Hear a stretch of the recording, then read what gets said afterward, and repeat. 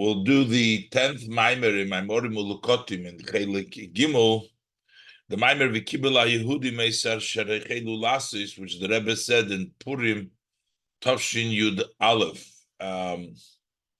We had earlier, the 9th Maimer was the notes that the Rebbe prepared for this Maimer, and that we learned separately, that he just began, it wasn't the whole Maimer.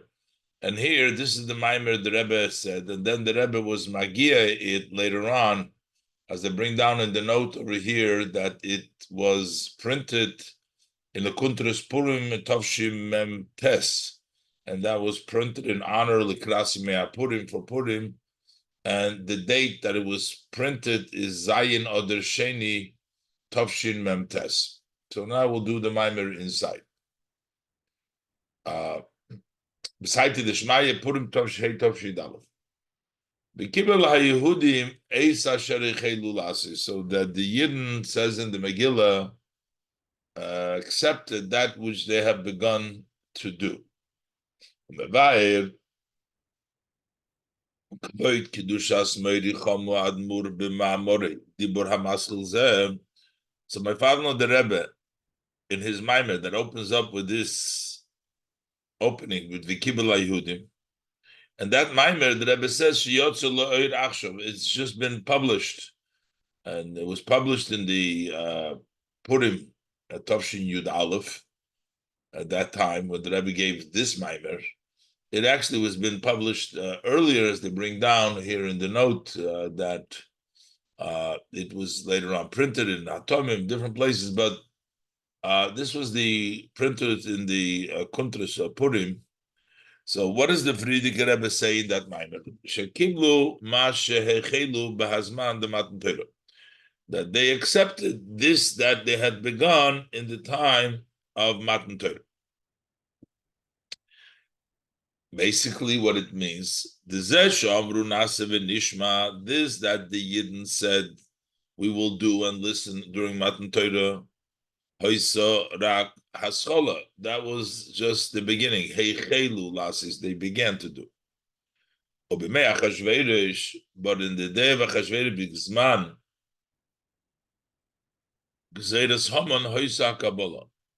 so during the time of Achashverosh, when there was the decree of Haman, there was the accepted. That's why it was וקבל היהודים. Heichelu lasis was Nasav and Ishma, and here is וקבל היהודים. So the Frierdiker Rebbe questions this. This is something surprising, and we also learned in the previous Maimer, the Rebbe explains that we learned earlier. This is actually in the Maimer that the Rebbe Kibul Yehudim Tovshin Lamed Ches. The Rebbe explains the strong language of Pella. So he says, So the Frierdiker Rebbe says this is something very surprising. And within the question itself, Davar Pella means it's a strong question. So what's the Davar Pella?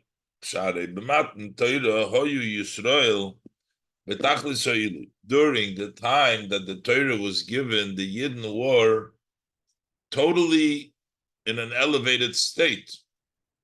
Hein begashmis, whether we're talking about physically, shahoya oz b'maymer d'matzah meshubach b'yoser b'inyan acherus.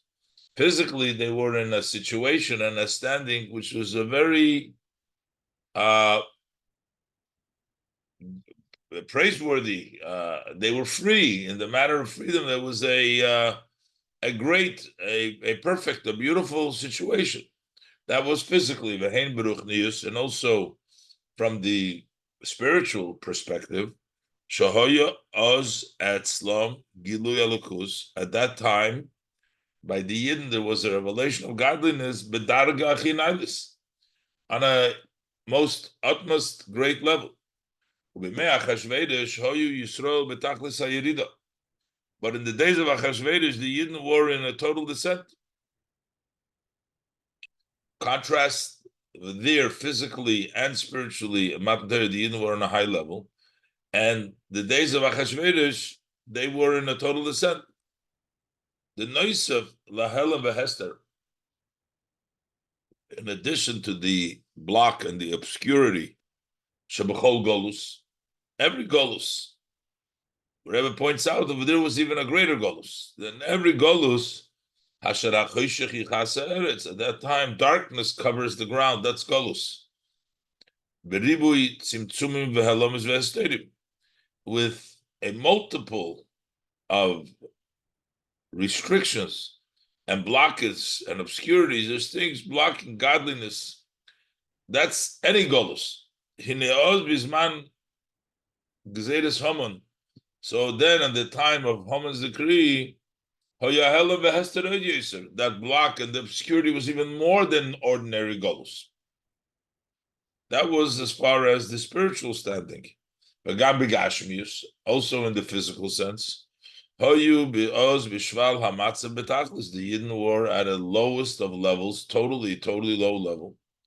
At that time, there was the decree lahashmid, lahareg, ula'abed, to destroy, to kill, and to get lost.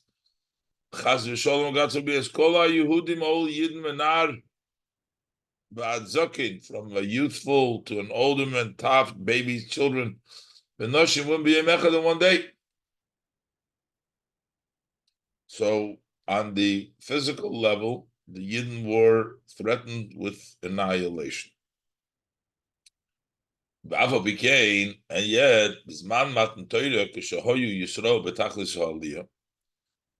yet, when the Yidden, at the time Matan Torah, when the Yidden were on the ultimate elevated level, that was only the beginning. They began to do. But in the time of the decree of Haman, when they were in the total ultimate, in the lowest of levels, that is when they accepted that which they began, Dvar Pella, something very surprising. So the Friedrich Rebbe explains, so Bisman Hagzeda, that during the time of the decree,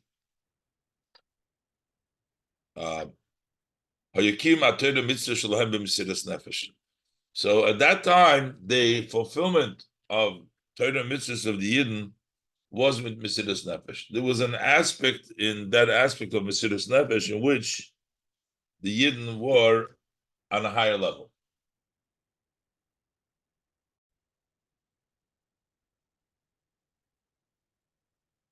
The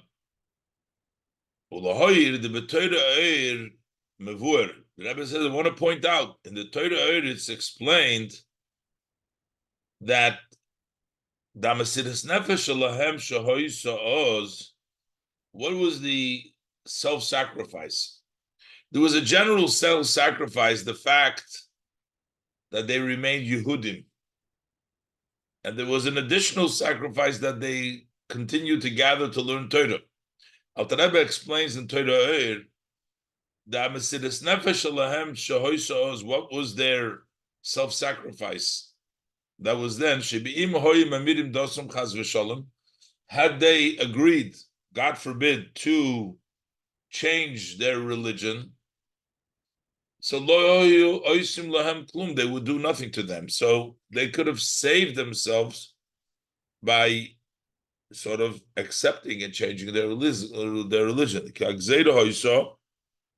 Because the decree was Rak al HaYehudim. It was only for Yehudim. Yehudim means those who agree to the Torah and they're Kofer and Avodah Zarah. So that was the decree. And still, also still, it never entered their mind any outside thought, God forbid, to perhaps accept something else besides total devotion to Hashem. They didn't even enter in their mind.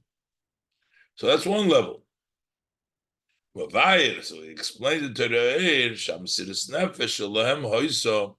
that when we're saying this Mesiras Nefesh wasn't just not to deny, God forbid, but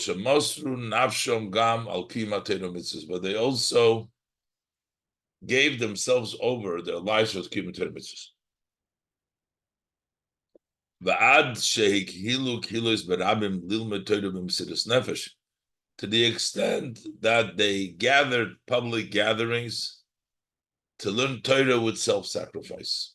So that was in addition to not, God forbid, even having a thought to perhaps not to go along or to agree to the decree or to Haman, but besides that, they continued to make gatherings publicly to learn Torah Mesiras Nefesh. And then the Frierdiker Rebbe continues and says, "V'yisoyres hamesiras nefesh Elohem, hoysal de Mordechai Yehudi." Who encouraged them? Who aroused the Mesiras Nefesh of the Yidden was through Mordechai the Jew, which was the Moshe Shebedoire. Mordechai at that generation was the Moshe of the generation. Shehikil kihilos barabim lechazek es amunosim. He gathered public gatherings to strengthen their belief. And continues that the Iker Avedose Shel Mordechai, the main work that Mordechai did, was learning Torah with the children, school children that go to the house of their teacher, of the Rebbe. Sheheim HaYesoid Shel Kol Yisrael. They are the foundation of all the Jewish people. As the Maimer explains at length, the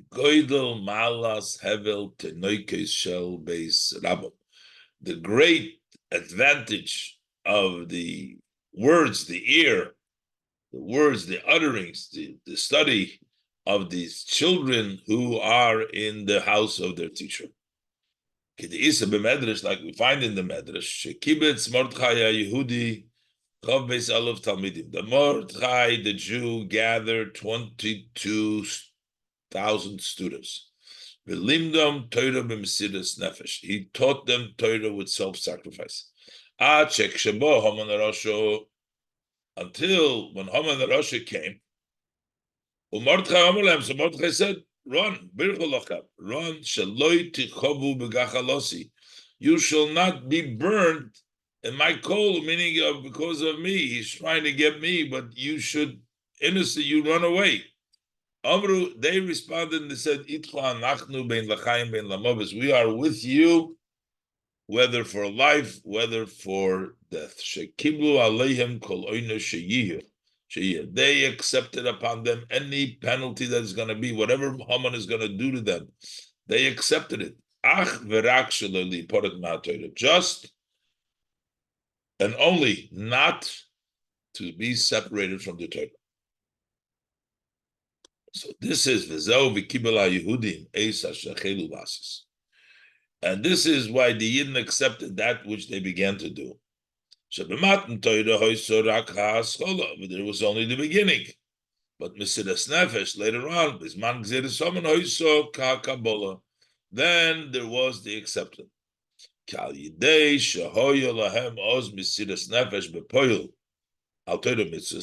the fact that then they had literal Mesiras Nefesh for Torah mitzvahs in the times of Mordechai. Nisalu be'inyan echad, so in one aspect they were elevated lemadrege nailis yoser mikamoisha hoyu bisman matan Torah, to a level, a greater level than they were in the time of Matan Torah. V'lochein that's why then there was the Kabbalah in which the Yidden accepted. So far, this is a brief review of the Rebbe, of the Maimer of the Frierdiker Rebbe. And the Rebbe is going to ask several questions now on the Frierdiker Rebbe's explanation.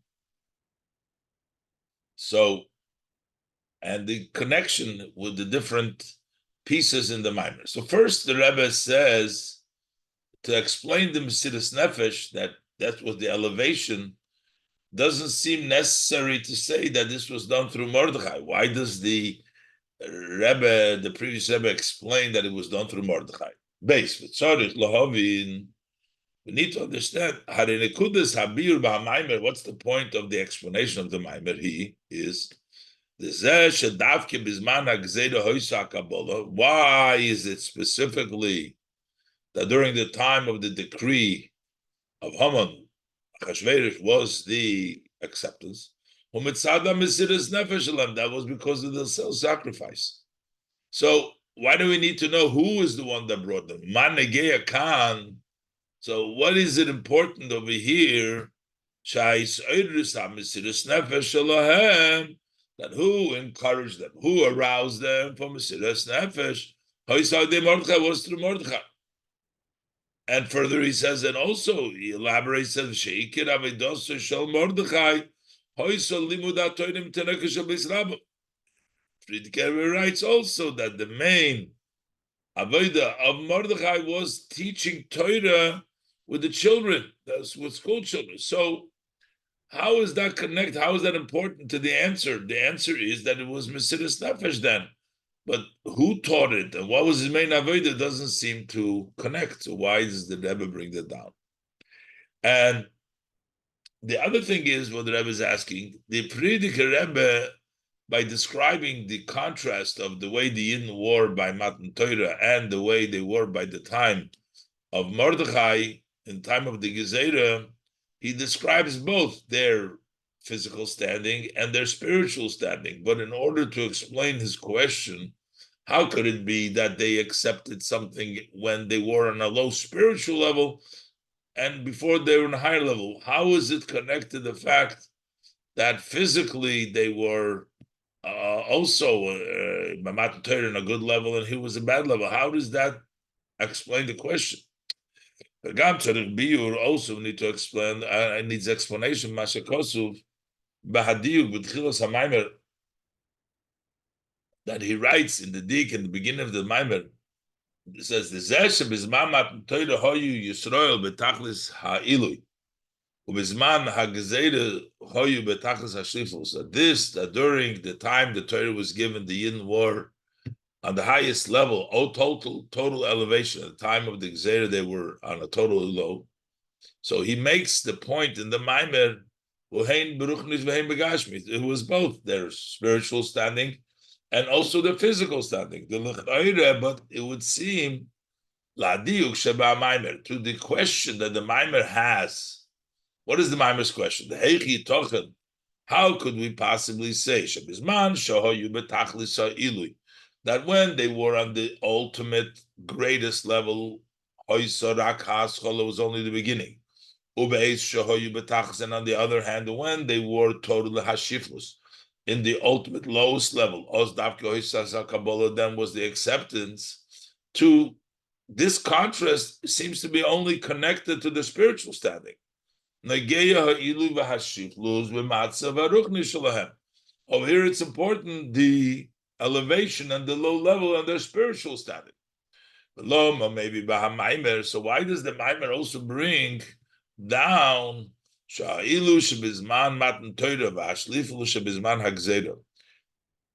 advantage, the greatness that they were at the time of Matan Torah, and the low, contrasting with the low level that they were in the time of the Gezerah, Hoyugam Begashmi, also physically. How does the physical standing has to do to elaborate and articulate the question? The question is seemingly, how could a lower level of standing of the Jews be the acceptance, and the higher level Jew was only the beginning? That's mostly a spiritual question. What does it have to do with their standing physically? And then the Rebbe further wants to understand the whole idea over here that you need Mesiras Nefesh. Because needing Mesiras Nefesh actually is only by a few mitzvahs that we're allowed to give up our lives, or we need to give up our lives. But most mitzvahs we're not supposed to. Why was it so important to have Mesiras Nefesh?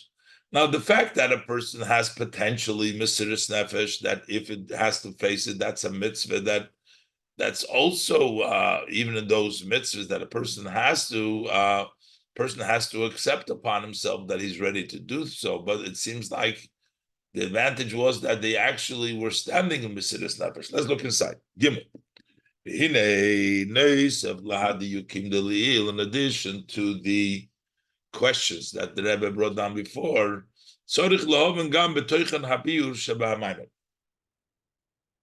we also need to understand in the meaning and the explanation of the Maimer.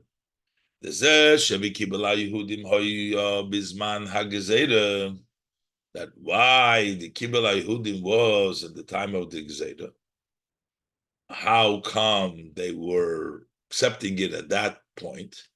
Because they had self-sacrifice. They were ready to give up their lives, mesiras nefesh, give over their nefesh, their lives for Torah mitzvahs. That's the advantage. The lechayra, but it seems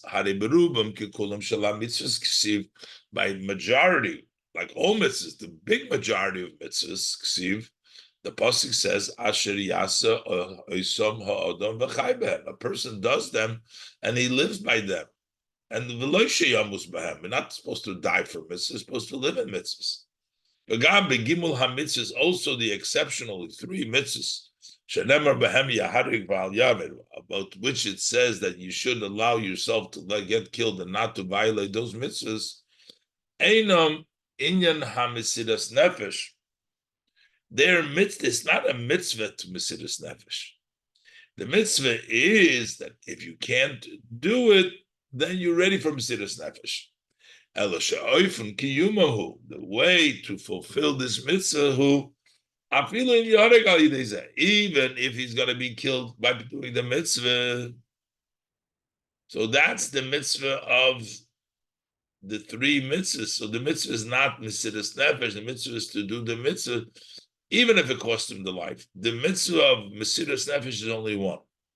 The mitzvah de mesiras nefesh al kiddush Hashem. The mitzvah to give over your life for kiddush Hashem, to sanctify Hashem's name. Hirak mitzvah achas. That's just one mitzvah, which is the mitzvah of kiddush Hashem. So why do we need to have mesiras nefesh to be mekabel all the Torah? Ma'u ha'echeret b'mesiras nefesh. What is the necessity? We have to have mesiras nefesh b'shvila kabbalah in order v'kibel Yehudim. The klolos haTorah of all of Torah says they can only accept it with mesiras nefesh. The Rebbe brings down now in the Tanya, the Alter Rebbe brings down that we always have to remember mesiras nefesh, at least potentially. And that's why the Alter Rebbe explains why were he even told about mesiras nefesh when they were going into Eretz Yisrael. The Eibishter promised them that he's going to take him into the land. They have nothing to fear. And then Moshe Rabbeinu is telling them, oh, you have to Hashem echad, even if it costs you your life. But they were already promised that it's not going to cost them their life. They knew that Hashem was going to protect them. Hashem promised it to them. And Alter Rebbe explains that in order to properly fulfill Torah mitzvahs, you always have to be such dedication that you're ready for mesiras nefesh. That's important, even if it doesn't mean in actuality, because they didn't have to worry about actuality, but that's the devotion that one has to have to the performance of mitzvahs, that even if it cost them life. But over here, so that is all the time. Here it seems like the only reason why they were able to be mekabel is because they actually had mesiras nefesh b'poel. So let me explain. This that the Alter Rebbe writes in the Tanya. Da'atam al zeh shetziva Moshe Rabbeinu. What is the reason that Moshe Rabbeinu instructed l'dor shenichronsu la'aretz, to the generation that went into the land, to Eretz Yisrael? He says, they say twice every day, they say Kriya Shema, to accept the yoke of heaven, b'mesiras nefesh. Shema Yisrael, Hashem Elokeinu, Hashem Elochad, v'ahavta b'chol levavcha, b'chol nafshecha, b'chol meidecha. With mesiras nefesh, that's why he told them. So the Alter Rebbe asking Kai and Tanya, why did he have to tell them that they should accept mesiras nefesh, to give up their life? But he already promised them Although he promised them that your dread and your fear Hashem will give into the nations, and they won't be able to do anything to you. So why would they need the Mesiras Nefesh? Why did Moshe Rabbeinu have to tell them that? So the Alter Rebbe explains,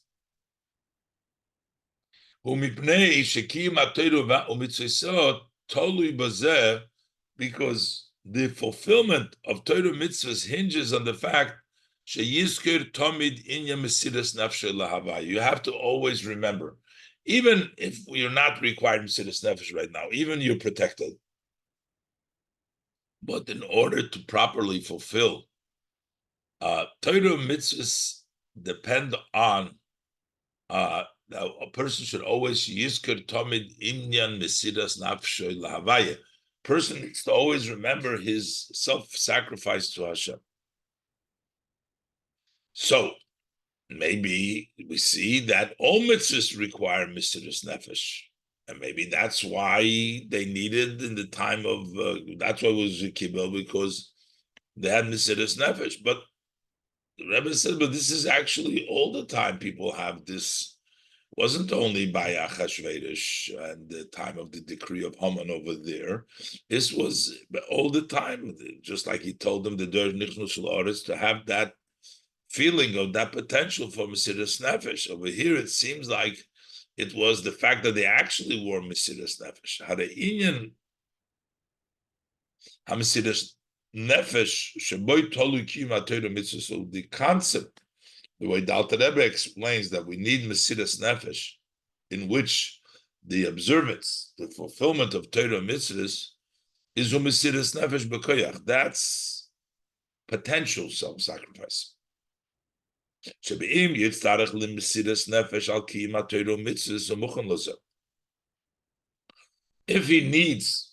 Mesiras Nefesh for the observance of Torah mitzvahs, he's ready. But below Mesiras Nefesh b'poil, we're not talking about actual Mesiras Nefesh.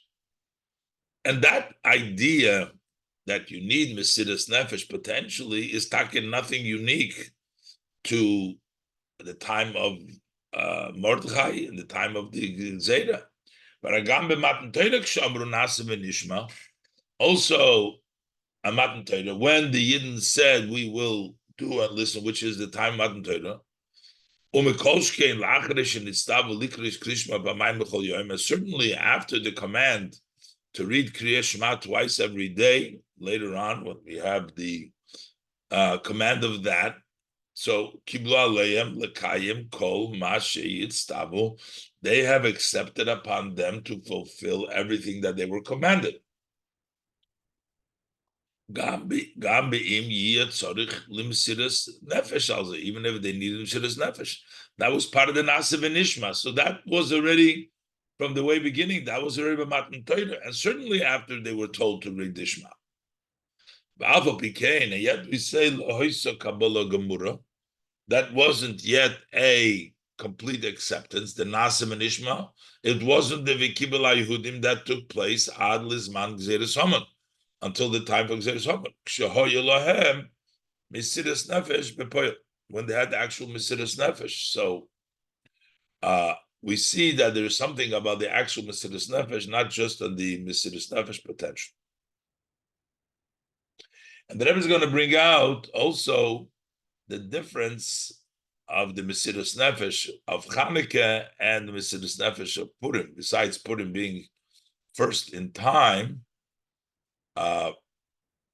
between the first and second Beis Hamikdash, and Chanukah came during the second Beis Hamikdash, but still there is the Kibel HaYehudim. Apparently, the main time was on the Mesiras Nefesh at the time of Mordechai.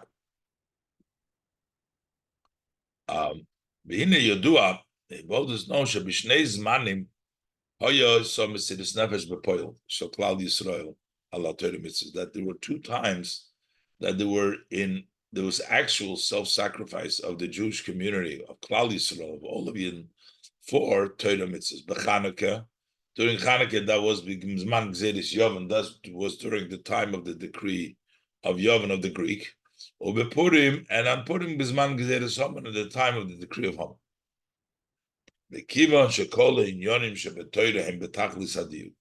Since all matters of Torah Tachlis are total, precise, specific, and we say Kibel, we say by Purim, we don't say it by Chanukah. So we have to say that the idea of Kibel the Purim, this was specifically through the Mesiras Nefesh of Purim. And we have to say, because everything is precise, so one is going to argue, why do we say V'kibel by Chanukah, by Purim? Because Purim came before. No, it is because it's not connected to that Mesiras Nefesh that took place at Purim. It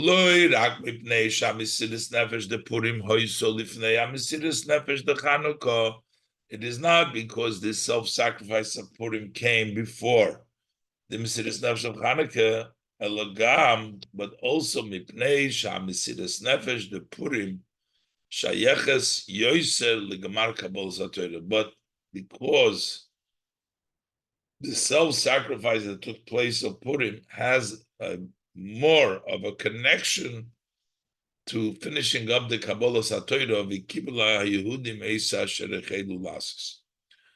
V'tzorich lahavin achiluk bein Mesiras Nefesh the Chanukah la Mesiras Nefesh the Purim. So we need to understand what is the difference between the self-sacrifice that took place on Chanukah and the self-sacrifice that took place on Purim. Once we understand the difference, we'll see Hagamar, the Kabbalah HaTorah, who dafke al yidei Mesiras Nefesh the Purim, that the completion of receiving the Torah is specifically the Mesiras Nefesh of Purim and not the Mesiras Nefesh of Chanukah, and that's the precise Kibel HaYehudim during the Mesiras Nefesh. So what is it? That will be explained. So the Rebbe begins now to explain that there's the whole Chiddush, what Matan Torah accomplished. Matan Torah accomplished that they should be able to bring down this spirituality into the physicality, that to make the material of the object into a chefetz of kedusha, make it a holy matter. And as the Rebbe will explain, the same thing is in the fulfillment of mitzvahs. We can do it for various different ways. So we'll understand it by first introducing that which is known. What was the novelty of Matan Torah relative to the Torah mitzvahs that existed before the Torah was given? That the mitzvah that the forefather that they practice, and generally when the mitzvahs that were done before Matan Torah, not only the obvious, generally mitzvahs at that time, it was only on a spiritual level. So, and there's two parts of it. How they observed the mitzvah, they did it beruchnius, and what it accomplished that it didn't bring down into the Gashmis. The noise of Lozeh, in addition to the fact shekama v'kama mitzvahs kimu rag beruchnius, that many and many mitzvahs they only observed on a spiritual level. Kimoi, as for example, tefillin sheniskar b'hem yitzias Mitzrayim. The tefillin, it mentioned the exodus of Egypt in the parshas of the tefillin. At that time, there was no exodus of Egypt, so physically they couldn't have the parshas of exodus of Egypt there. So, number one, there were mitzvahs that were not done physically. But also in the mitzvahs, which they observed physically, the extent of the kedusha that was extended through the mitzvahs was only on a spiritual level. But not into the physical matter with which they performed the mitzvah. There was no spirituality in the Gashmizdika matter. Kikoi the matan Torah, hoisa hagezeira del yoinim lo yerdu lamato, betachtoinim lo yalu lamailo. Because before the Torah was given, there was a decree that the ones above, the higher ones, shall not come down below, and the lower ones, lo yalu lamailo, should not go above. That was before Matan Torah. That's why there was no connection of the sanctity of the mitzvah, the elyonim, of the elyonim, im hadover agashmi shebei nasa mitzvah tachtonim, with the physical matter with which the mitzvah was told tachtonim. So the elyonim, the kedushas mitzvah, and the physical, the tachtonim, the physical, the object, the chefts of the mitzvah, there was no connection there. As opposed to when we fulfill mitzvahs, but after Matan Torah. When the partition, that decree and that partition that is in between the upper and the lower one has been nullified, then there becomes the connection of the physical matter, with which we fulfill the mitzvah, in Kedushas HaMitzvah, with the sanctity of the mitzvah. The physical matter becomes a connection with the spiritual mitzvahs. To the extent it comes down so much into the Gashmis, to become a mitzvah, many mitzvahs, Nasa Dovar Gashmi, it's not only that you're doing a mitzvah with a dover gashmi, but it becomes an object of a mitzvah. So we have the spiritually, we have the elyonim, we have the kedushas of the mitzvah to penetrate and become part of the mitzvah. Sometimes it even becomes a chefzer of mitzvah. And based as what is known, shachibur the shnei dvarim hofchim. We know that how can we connect two opposite matters is through something which is higher than both, the two opposites. So to connect the elyonim tachtonim, it has to come from a place which is even higher than the elyonim. Sha'achibur the elyonim tachtonim, shenasid matan Torah, that connection of the upper and the lower that took place in matan Torah, who al yidei shebematan Torah hoiso hamshochas oirein sof shemaylo ma'agedet the maylo mata elyonim v'tachtonim. That is that the time of matan Torah there was an extension of the infinite light which is beyond the defining of above and below, is higher than above and below. Elyonim v'tachtonim, upper and lower, and that therefore it was able to connect the elyonim v'tachtonim. So what do we understand from over this? That in the mitzvahs that are after Matan Torah, there's Gimel Inyonim, there are three aspects. Hatachten, there's the lower level. Shaharigam la'acharei Matan Torah, still the Tachten remains the Tachten, because even after Matan Torah, Shadover Agash Misheboy Mekayim HaMitzvah Nasa Cheftzah Shel Mitzvah, in which the physical item in which we fulfill the mitzvah becomes an object of a mitzvah. It didn't turn into a spiritual. It remains a physical matter. You have the physicality. Say the h'tshii, tefillin, that's chefs shekadusha more, but it's still physical. Then you have O'elye. Shaharigam la'acharei Matan Torah. You still have the oven, even after Matan Torah. When the sanctity of the mitzvah extends and is set in the physical matter, that still remains a spiritual matter. The kedusha remains a spiritual matter. And then you have the third thing, and then you have the nullification of the boundaries of the upper and the lower ones. That's the third act. The fact that the upper and the lower one can connect one with another.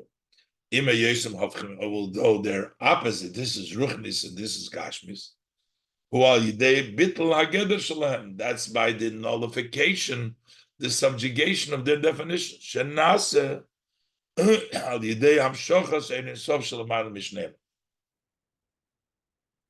Which takes place by bringing down the Ein Sof, which is higher than both of them together.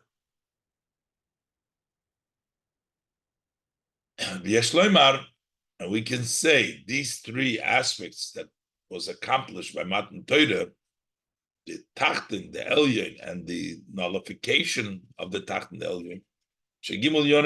These three matters, there's also something like them, example of them in the performance of mitzvahs.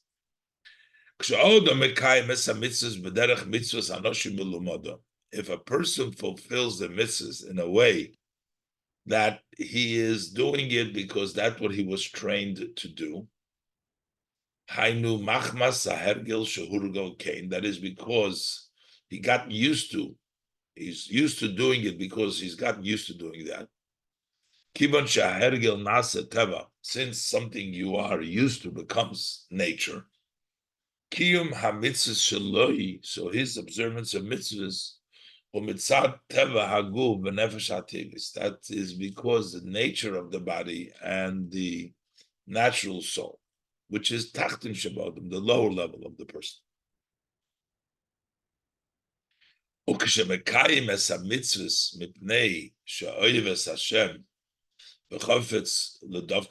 when he fulfills the mitzvahs because he loves Hashem and he wants to connect to Hashem, and the only way to connect is by fulfilling the 248 mitzvahs. So wanting to connect to Hashem, how do I connect to Hashem? Through the mitzvahs. Those are the 248 limbs of the king. Connecting to the limbs of the king is connecting to the mitzvahs. So then,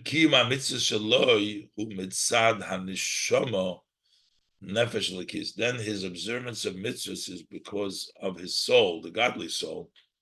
That's Elyon Shabbat. That's the higher level of the person. But